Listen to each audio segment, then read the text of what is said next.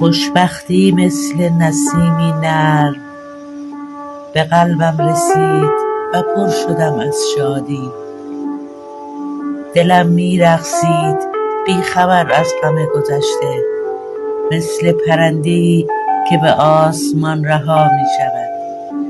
نیما اشک ریخت، نه از سر شکست، بغضی از دل شب، از بار گران تلاش‌های بی امان، از درد روزهای بی پایان بی وقفه.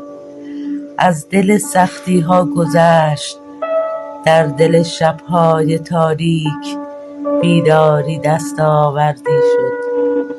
چشمانش داستانی از غم و امید داشتند که در جشن پیروزیش به نور تبدیل شد.